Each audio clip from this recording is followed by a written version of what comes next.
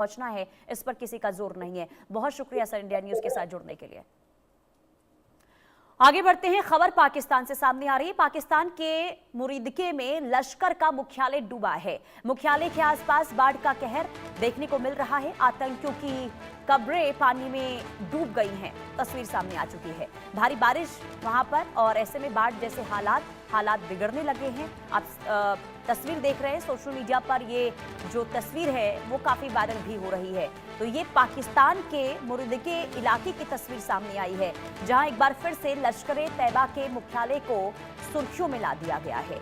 दरअसल social media पर viral video में ये दावा हो रहा है कि भारी बारिश और बाढ़ के कारण मुरीदके स्थित लश्कर के परिसर और आसपास का इलाका जलमग्न हो गया। और कुछ पोस्ट में ये भी दावा किया गया है कि ऑपरेशन सिंदूर में मारे गए आतंकियों की कब्रें भी पानी में डूब गई हैं।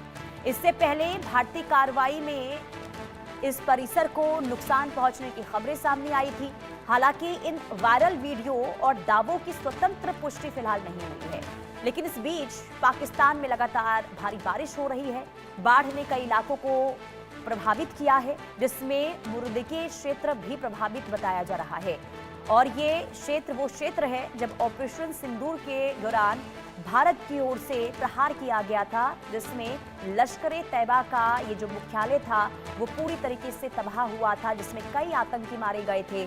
और इसलिए जब वहां पर बाढ़ से तबाही देखने को मिल रही है, हालात खराब हैं, तो दावा ये हो रहा है कि लश्कर तैयबा का ये मुख्यालय जो मुरीदके में है वो एक बार फिर से जलमग्न हो गया है, तबाह हो चुका है, क्योंकि बाढ़ और पानी की वजह से इस वक्त पाकिस्तान में स्थिति खराब हो गई है। और जो आतंकी मारे गए थे ऑपरेशन सिंदूर के दौरान, उनकी कब्र पर भी इस वक्त पानी का ये सैलाब देखने को मिल रहा है। ये दावा सोशल मीडिया के जरिए हो रहा है।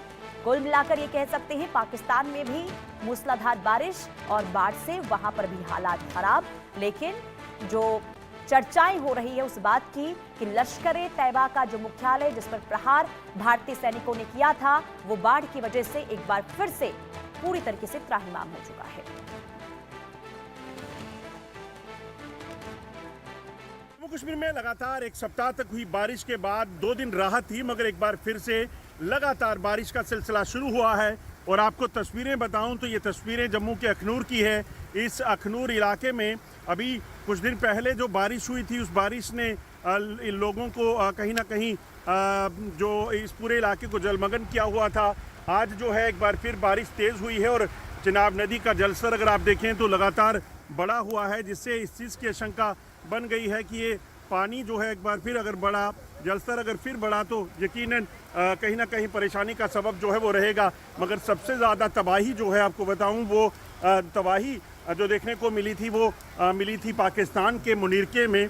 सियालकोट के मुनीरके में लश्कर तैयबा का वो हेडक्वार्टर, जहां पर लश्कर के आतंकियों को जो है भारतीय सुरक्षा एजेंसियों ने अपनी कार्रवाई में ऑपरेशन सिंदूर के दौरान मार गिराया था, उनकी कब्रें तक जो है वो डूबी हुई देखी जा सकती थी। और तबाही का मंजर जो है एक बार फिर से वाटर स्ट्राइक उसे कहा जा रहा था, पाकिस्तान के आतंक के हेडक्वार्टर पर, टेरर हेडक्वार्टर पर हुई थी।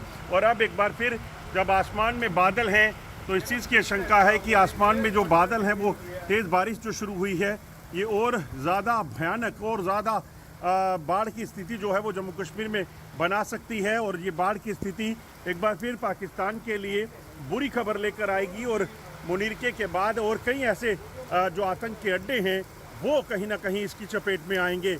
Ajay Jandial, India news.